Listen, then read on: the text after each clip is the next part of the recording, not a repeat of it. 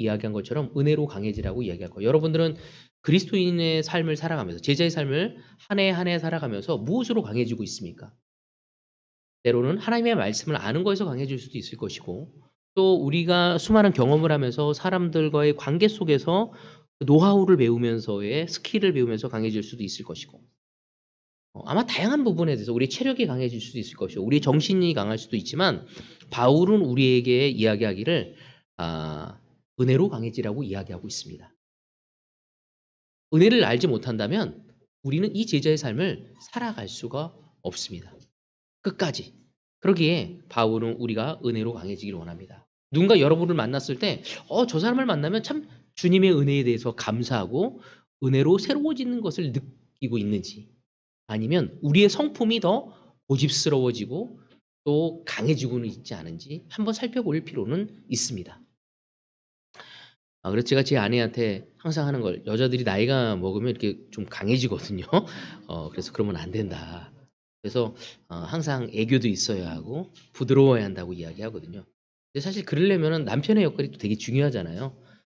보통 왜 강해졌냐면은 주로 남편 때문에 많이 강해지거든요. 원래 여리여리한 아내들이지만 아내들이 강해지는 이유는 남편이 잘 인도해주지 않으면 더 강해질 수 있습니다. 오늘 이 시간 서로가 남편과 아내가 서로에게 은혜로 대할 수 있는 그러한 시간을 배울 수 있는 시간이 되어지기를 바라고 싶습니다. 우리 제자 삶에는 언제나 고난과 아픔이 있습니다. 그렇지 않습니까? 그리고 자연스럽게 염려와 근심의 문제가 우리 주변에 널려 있습니다. 하나님을 믿는다는 것이 또 예수님을 믿는다는 것이 모든 고통의 문제와 염려의 문제로부터 우리를 해방시키는 것은 아닙니다. 우린 때로는 착각할 때 있죠. 예수님을 믿으면 또 믿음이 있으면 모든 고통의 문제에서 염려의 문제에서 해방되어진다는 잘못된 생각을 가질 수 있다는 것입니다. 성경은 한 번도 하나님의 백성에게 고난과 고통을 면제해 준다는 약속을 하지 않았습니다. 그렇지 않습니까? 그래서 늘 염려가 우리의 삶에 있기 마련입니다.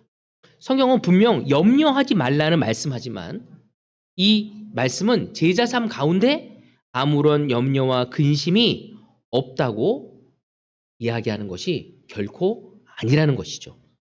어쩌면 지금 듣고 그러나? 라고 생각하는 사람도 있을 줄 모르겠습니다.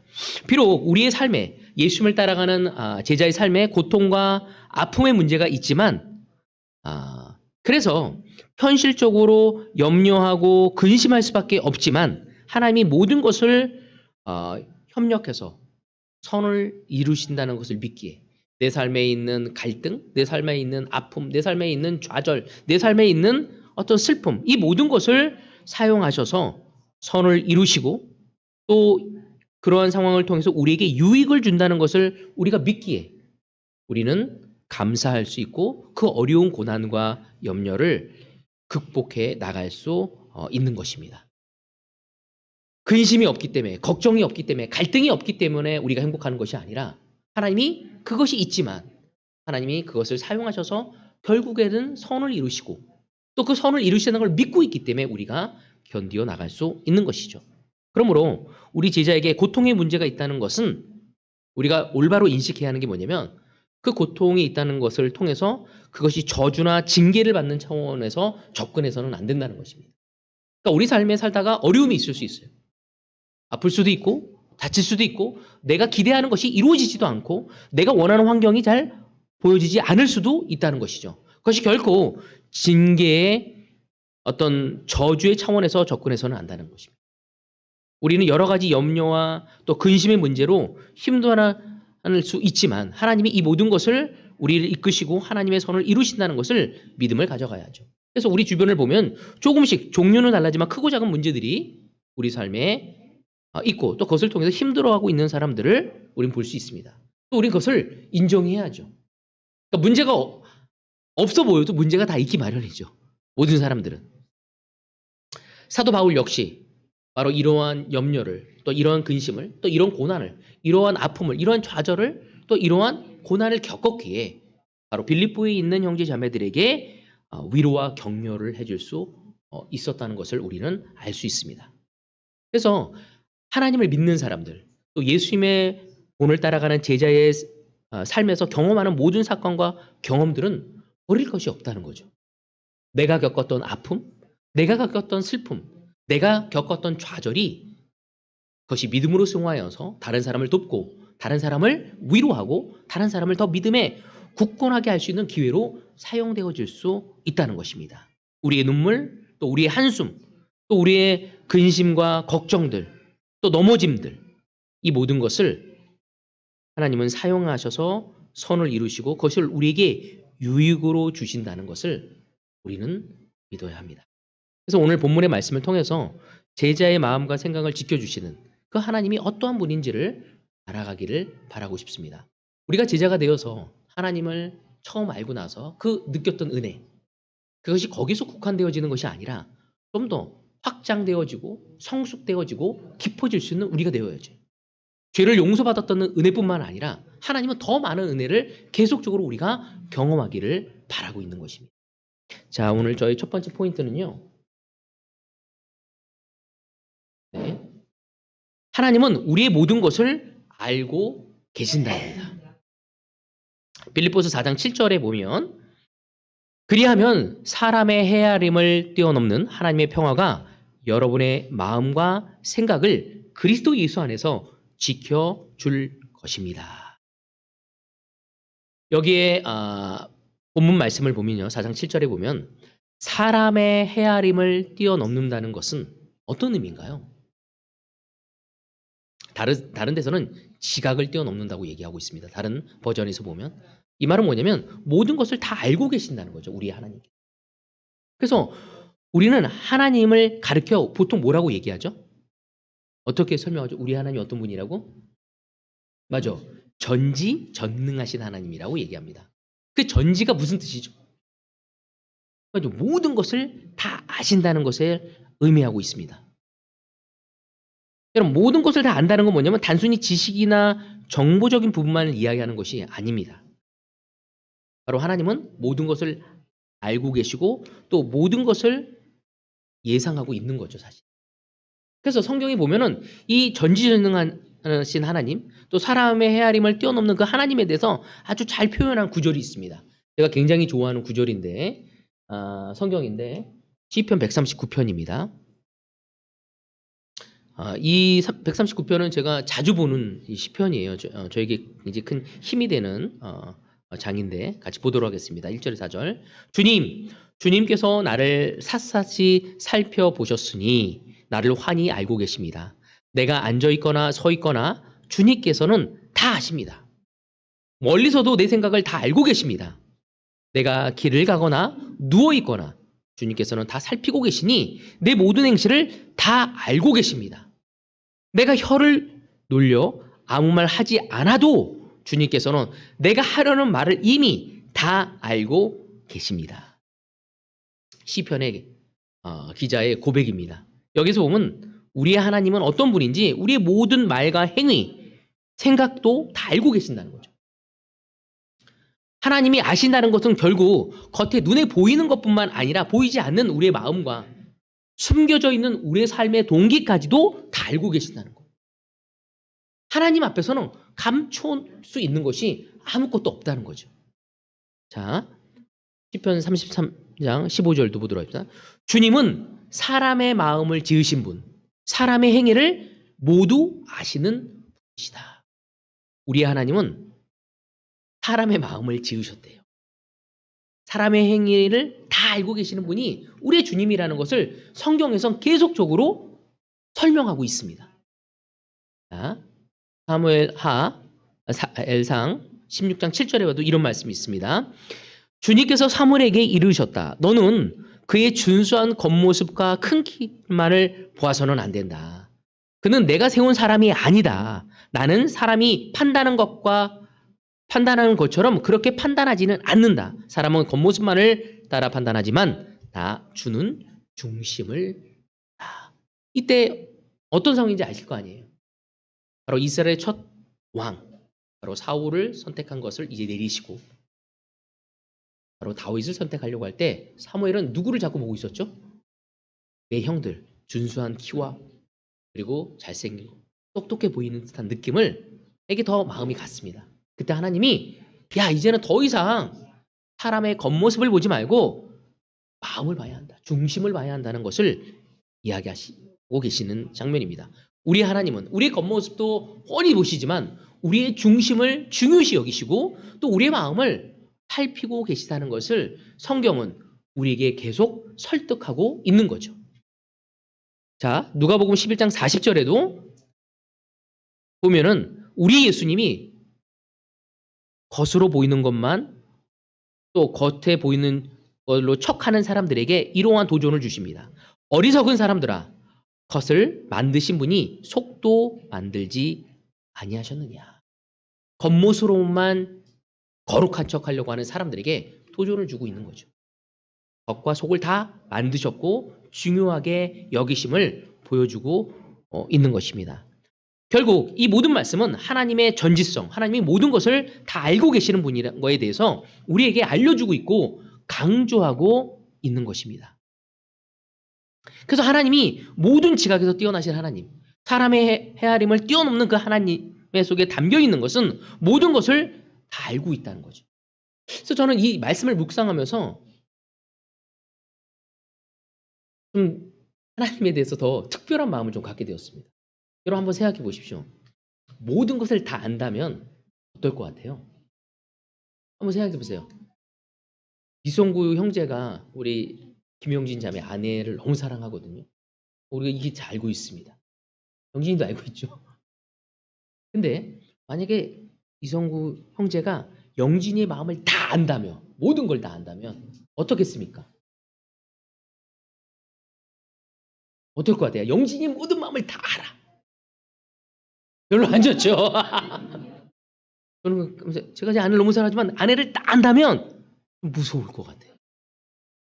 왜냐면 제 마음을 누군가 내가 다 안다면 나를 사랑할 수 있을까? 나도 나를 사랑하기가 어려워. 하나님은 모든 것, 숨은 동기까지 다 아신대요.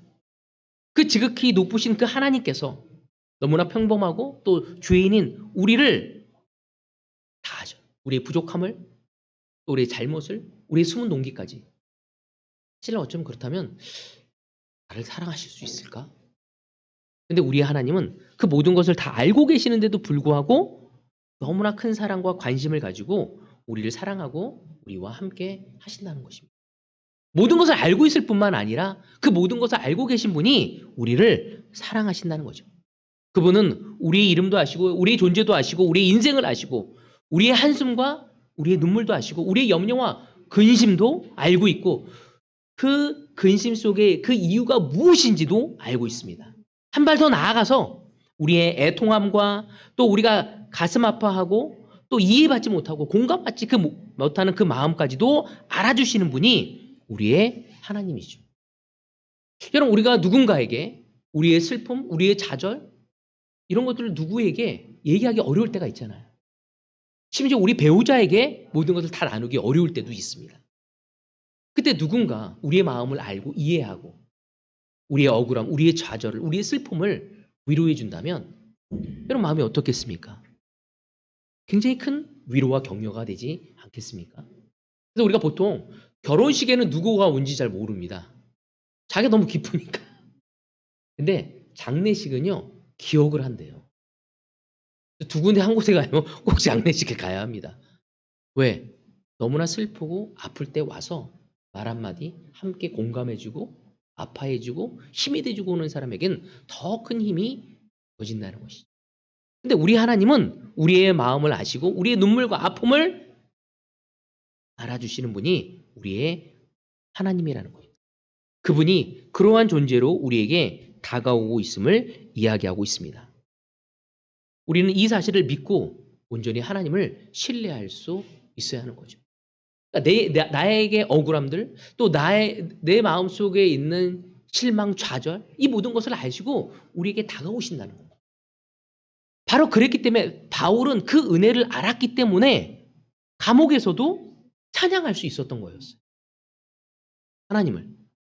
모든 것을 알고 계시고 또 모든 것을 살피고 계시는 분이 바울이 얼마나 두려워하고 있고 또 믿음을 낙심할 때가 있음에도 불구하고 하나님이 그를 사랑하는 걸 알고 있었기 때문에 그는 감옥에서 찬양하고 때로는 잠을 청할 수도 있었던 것입니다. 여러분 다니엘의 기도를 생각해 보십시오. 그가 바벨론 제국에 끌려갔지만 하나님을 신뢰하고 하나님 모든 것을 알고 있게 하나님께 창문을 열고 기도하는 다니엘의 모습을 볼 수 있습니다. 다니엘의 친구들 사드락 메삭 아벳느고도 생각해 보십시오. 그는 하나님을 알았기 때문에 타협하지 않았습니다. 그 시민신앙에 절을 해야 하지만 절하지 않았어요. 왕이 설득했지만 설득되지도 않았고 그 불구덩이에 들어갔지만 하나님이 그들을 지켜준 모습을 우리는 볼 수 있습니다.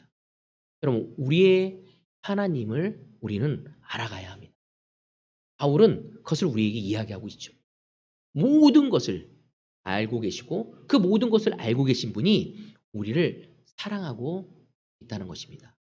성경은 우리에게 끊임없이 이야기하길 하나님은 모든 것을 아시고 모든 것을 아심 속에서 우리에게 위로와 격려를 주고자 하시는 분이 우리 주님입니다. 이 12월 여러분 누구에게 위로와 격려를 받고 싶습니까? 모든 것을 알고 있는 우리 주님에게 위로와 격려를. 두 번째 포인트. 하나님은 우리의 모든 삶을 간섭하시고 주관하신다는 포인트입니다. 모든 것을 알 뿐만 아니라 우리의 삶에 직접 관여하신다는 거죠. 빌립보서 4장 7절에 보면은 후반부에 보면은 여러분의 마음과 생각을 그리스도 예수 안에서 지켜줄 것이라고 이야기하고 있습니다. 여러분 지켜줄 거라는 건 뭐죠? 하나님이 일하고 계심을 말하는 거죠. 그러니까 하나님은 모든 것을 다 알고 계셔서 그냥 알고만 있는 분이 아니라 지켜주시는 분이라고 바울은 그 빌립보 형제자매들이 얘기한 거예요. 직접 행하시고 또 역동적으로 역사하시는 분이 우리의 하나님이심을 이야기하고 있습니다. 알고만 있는 걸로 그냥 위로로 끝나는 것이 아니죠. 지켜주신다는 거죠. 얼마나 은혜로운 말씀입니까? 그러니까 하나님은 우리의 눈물 한숨을 아시는 하나님이고 또 눈물과 한숨의 인생을 살아가면서 우리에게 직접 다가오셔서 눈물을 닦아주시고 한숨을 품어주시고 그리고 그것이 그 슬픔과 좌절과 그 고민이 기쁨과 찬양이 될 수 있도록 일하시고 역사하신다는 뜻을 가지고 있는 것입니다. 여러분 한번 출애굽할 때를 한번 보십시오. 하나님은 이스라엘 민족에게 또 모세에게 이야기하길 나는 그들이 갈등하고 아파하고 고난받고 있는 것을 보았고 들었다고 이야기하고 있습니다. 그걸로 끝나지 않고 그리고 그들을 인도해 내시죠. 하나님은 지금 모든 것을 알고 계시고 그 모든 것을 알고 계시는 위로뿐만 아니라 우리를 보호하고 지켜주시고 역사하시려는 분이 우리의 주님이라는 것을 우리는 알아가야 합니다. 실패와 넘어짐이 있고 또 낙심과 절망할 수밖에 없는 환경과 상황이 우리 삶에 너무나 많이 있습니다. 그래서 우리는 흔히 이런 말 하지 않습니까? 죽지 못해. 여러분 그런 느낌을 가진 적 있습니까? 죽지 못해. 이거 너무나 믿음이 없는 말이 아닌가라고 표현할 수 있습니다. 사실 그렇지만 어쩌면 현실에서 우리가 이 그리스도인의 삶을 살면서 이렇게 느낌을 표현하는 수 있다고 저는 생각이 돼요. 어쩌면 딱 맞는 말이 아닌가라는 생각도 들게 됩니다. 죽지 못해서 할 때가 우리의 삶에도 여러 번 경험하게 되거든요. 믿음이 있는 제자들도 이것이 예외가 아닙니다. 여러분 우리는 믿음이 있다고 하면서도 현실의 삶에서 고난과 또 환난을 겪을 때 소망을 잃어본 적 없습니까? 있잖아요. 저도 있습니다. 또 하나님을 믿는다고 하지만 고난과 역경 속에서 기쁨과 감사도 잃어버려. 그래서 늘 보면은 늘 찌그러진 인상으로 오는 사람들 있잖아요. 저도 찌그러져 있을 때가 있거든요. 하나님을 믿고 믿음을 이야기해야 한다고 하지만 그리고 하나님을 믿고 하나님을 믿는다고 하지만 오히려 그 고난과 역경 통해서 그 작게 지켰던 그 믿음까지도 까먹을 때가 있습니다. 그것이 우리가 진짜로 죽지 못해 살아가는 때가 아닌가 저는 생각이 되어집니다. 그것이 어쩌면 우리의 현실이라고도 이야기할 수 있습니다. 믿음을 전하고 하나님을 전하는 저도 그런 느낌이 있다는 거죠. 소망도 잃어버리고 기쁨과 감사도 잃어버리고 그 조그맣게 있었던 그 하나님의 말씀도 잃어버리고 내 감정에 휘둘려서 누구를 미워하고 시기하고 화내고 짜증내고 불평하고 원망하고 그때 나를 보면서 너무너무 힘들다. 정말 죽을 만큼 힘들다고 느낄 때가 있습니다. 그래서 하염없이 눈물을 흘릴 때도 있습니다. 그렇지만 우리 하나님, 우리가 느끼던 느끼지 않던 그 죽지 못해 사는 우리 인생 가운데 하나님이 우리와 함께 계시고 우리의 삶을 붙들고 계시다는 거죠. 시시때때로 넘어지고 쓰러지고 실패하는 우리 인생이지만 우리가 이 모든 상황 가운데 소망을 품고 살아갈 수 있는 이유가 무엇인지 바로 예수님을 따라가는 제자의 삶, 예수의 모습을 담고자 하는 그리스도의 삶에 하나님께서 우리의 인생을 책임지시고 인도하시고 계시다는 것을 믿기 때문이라고 저는 바울은 그것을 믿고 있었던 거였죠. 우리가 힘들고 어렵다 할지라도 그분이 그 어려운 상황 속에서 우리를 인도하신다는 거예요. 제자들도 낙심하고 좌절합니다. 제가 33년 동안 제 삶을 살면서 제 삶을 뒤돌아볼 때도 수없는 낙심과 좌절이 있었습니다. 그러나 영원한 절망이 나는 거죠. 왜냐하면 제자의 운명을 하나님이 붙들고 계시기 때문인 것입니다. 우리의 삶을 붙들고 있기 때문이죠. 그래서 우리의 믿음과 행위에 따라 우리의 운명의 상태가 결정되어진다고 우리가 착각할 때가 있습니다. 뭐냐면 이 세상의 방법으로 제자의 삶을 바라보는 거죠. 그러니까 이 세상은 어렵고 힘들 때 내가 모든 것을 잘 컨트롤하고 내가 이겨나야지만이 승리할 수 있다고 생각할 때가 있습니다. 그래서 제자의 삶을 살 때도 내가 억지로 하나님을 붙들고 뭐하고 내가 다 해야 돼. 그래야지만이 잘 살 수 있다고 착각할 때가 있습니다. 하지만 하나님은 그렇게 이야기하고 있지 않죠. 우리가 그렇게 하지 않아도 우리가 그냥 하나님의 백성으로 살아가고 있다면 하나님은 우리 영혼의 문제에 다가와서 돕고 희망을 주시고 역사하시려는 분이 우리의 하나님이라는 것을 성경은 우리에게 이야기하고 있습니다. 우린 계속 쓰러지고 넘어지고 있지만 그 하나님께서 우리를 붙드시고 우리를 합당한 하나님의 말씀의 기준에 합당한 사람으로 되기 위해서 우리를 도우시는 분이라는 것을 우리는 기억해야 한다는 것입니다. 그것을 기억하지 않았었을 때 우린 제자의 삶을 살면서도 내 힘으로 모든 것을 하려고 하면서 헉헉거릴 때가 있는 거죠. 우리의 자녀들이 때론 무엇인가를 할 때 잘 못할 때 우리가 도와주고 싶고 하거든요. 근데 아무도 도움을 주지 않을 거라고 생각하면서 너무 힘들어하면서 원망하면서 우면서 짜증내면서 하는 거 보면 안타까울 때가 있거든요. 너의 뒤에 내가 있는데 내가 도울 건데 하나님이 그런 마음으로 우리를 바라보고 계시다는 거죠. 하나님은 늘 우리를 향한 자비하심과 은혜로움과 사랑을 가지고 우리와 함께하기를 원하시는 분이라는 것을 우리는 알아야 합니다. 빌립보서 4장 7절의 말씀, 사람의 헤아림을 뛰어넘는 하나님의 평화가 여러분의 마음과 생각을 그리스도 안에서 지켜줄 것이다. 이건 뭐냐면 하나님이 우리의 삶을 가만히 놔두지 않겠다는 거죠. 예수님 안에서 우리를 부르셨고 또 우리가 예수님의 소유가 되어진 사람으로서 우리의 인생과 운명은 우리 손에 맡기지 않고 예수님께서 손이 우리를 인도하시고 보호하시고 관여하시면서 인도하실 것을 이야기하고 있는 것입니다. 그래서 제자 한 사람 한 사람의 운명이 예수님과 묶여진 것이죠. 바로 여기 있는 세미의 인생이 예수님과 묶여진 거죠.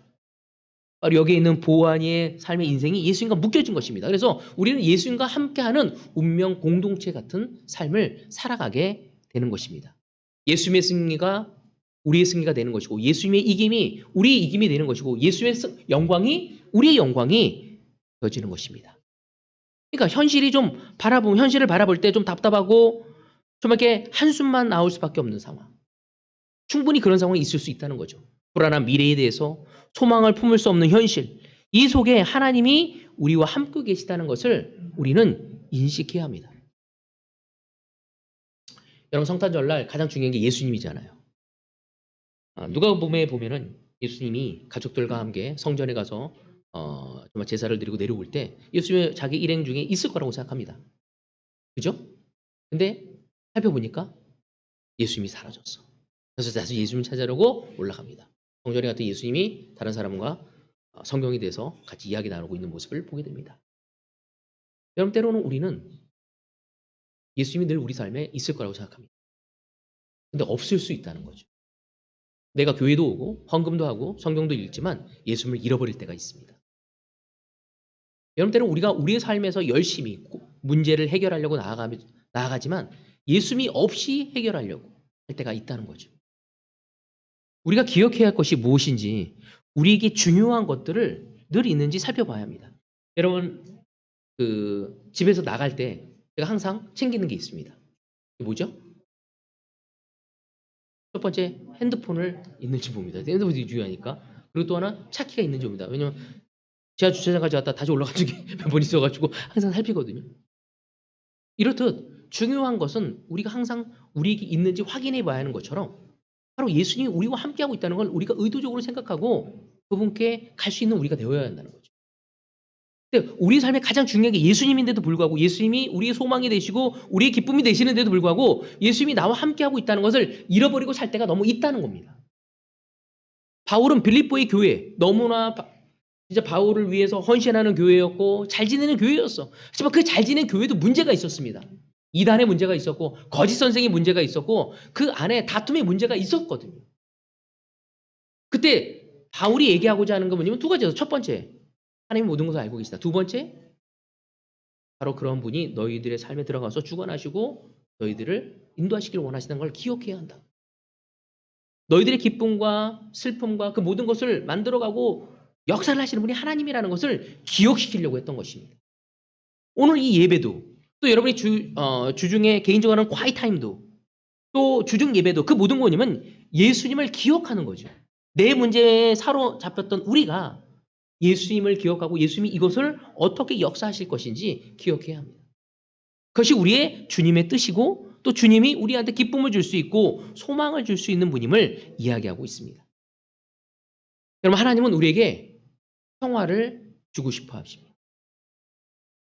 하지만 성경이 말하고 있는 평화, 이 평강은 환난과 고난이 면제된 평화가 아닙니다. 성경을 한번 읽어보면 알겠지만 그래서 여러분이 가정에 문제가 있을 수 있고요. 또는 여러분의 직장에 문제가 있을 수 있습니다. 또 여러분의 형제 자매들 안에서도 문제가 있을 수 있습니다. 그렇지만 그럼에도 불구하고 하나님과 함께하면서 그 평화를 누리길 원하는 거죠. 거친 파도와 이 폭풍 속에서도 바로 평화를 누릴 수 있는 평화. 하나님이 주시고자 하는 그 평화입니다. 도대체 우리가 어떻게 그것을 얻을 수 있을 것인가? 늘 저는 고민합니다. 근데 성경은 오늘 저의 이 말씀은 제가 묵상하면서 느꼈던 게 뭐냐? 다른 비결이 방법이 필요 없다는 거죠. 그냥 예수님 안에 있는 백성과 자녀가 되면 된다는 겁니다.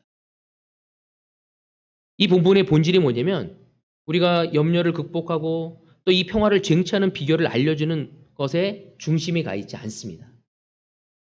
더 기도하고 더 간구하고 더 금식하고 더 간절히 헌신하고 이런 것이 필요합니다.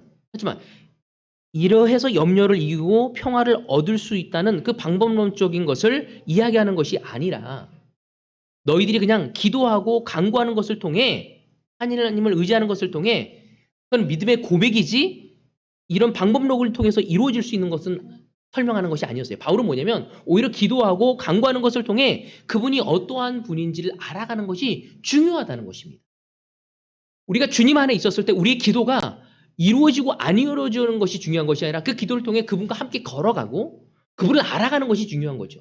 그리고 우리가 원하는 결과가 아닌 하나님은 모든 상황을 통해서 선을 이루신다는 것을 믿는다면 내가 원하는 때에 내가 원하는 방법으로 이루지 않아도 이것이 나를 성숙하게 만들고 내가 더 영적으로 만들고 그분의 뜻을 이루고 이 땅에 하나님의 나라를 사명을 이루어가는데 사용하시는 방법이라는 것을 우리가 신뢰할 수 있어야 한다는 것입니다. 어떤 수단과 방법을 통해서 평화를 얻어내려는 것. 주님 안에서. 그건 세상적인 방법인 거죠. 근데 우리가 주님 안에서도 그렇게 하려고 하는 사람이 있습니다. 제가 많이 그렇게 했던 것 같아요. 뭔가 승부욕이 너무 강한 나머지 뭘 얻어야 돼. 막 해야 돼. 제 아내가 제가 계속 금식 그만하라고. 위 망가진다고. 뭐가 안 되면 하나님만 띵캉 부리는 거죠. 될 때까지. 근데 시간이 가면서 느끼는 게 뭐냐면 하나님한테 열어놔야 합니다. 금식이 필요하지 않다는 것이 아니죠. 기도가 필요하지 않다는 것이 아닙니다. 그렇지만 기도하면 내 거를 이루는지 안 이루는지에 대한 거기에 포커스가 가 있는 것이 아니라 우리의 주님이 누구인지를 알아가고 그 부분을 그 기도를 통해 인격적으로 만나고 그 평화가 내 안에 담아져 있으면서 내가 성숙되어지기를 바라는 것입니다. 기도의 응답, 문제 해결보다 나와 함께 하시고 내 삶을 인도하시고 내 삶을 책임지시는 그 하나님을 만나는 것이 더 중요한 것입니다. 바울은 하나님을 알고 그 은혜를 계속 경험해 갔던 거였죠. 우리도 마찬가지죠. 내 삶에 이것이 이루어졌나 안 이루어졌나, 이거 문제가 해결됐나 안 됐나만 보는 것이 아니라 그분의 만남을 통해 은혜를 느끼고 평화를 느끼고 감사함을 느끼며 살아가는 우리가 되어지기를 원합니다. 우리를 향한 하나님의 제일 되는 목적은 다른 것이 아니라 하나님을 알아가고 그분을 닮아가는 존재로서 우리가 자라나는 것입니다. 근데 우리는 그렇게 생각하지 않을 때가 많아요. 이 12월 여러분들이 모든 것을 알고 계시고 여러분의 삶에 관여하시는 그 하나님을 알아가길 원하면서 평화를 누리기를 바라고 싶습니다. 하나님의 참된 백성에게는 고난과 환난이 필수 과정입니다. 그는 하나님의 아들 예수님에게도 있었습니다. 그래서 고난과 환난 없는 제자의 길은 있을 수 없는 거죠. 늘 있어야 합니다. 만약에 아무것도 없다면 그건 우리 생각해 봐야 돼요. 그 가운데 하나님이 함께 하시고 우리를 붙들고 있다는 사실을 기억합시다. 이 사실을 믿고 하나님을 신뢰하고 우리에게 주어진 인생을 믿음으로 살아갈 수 있는 우리 모두가 되어지기를 바라고 싶습니다. 하나님을 알고 알아가는 은혜를 통해서 여러분이 더 행복하고 기뻐지고 주님의 뜻을 이루어가는 우리 대구 그리스도 교회가 되어지길 바라면서 말씀을 여기서 마치도록 하겠습니다.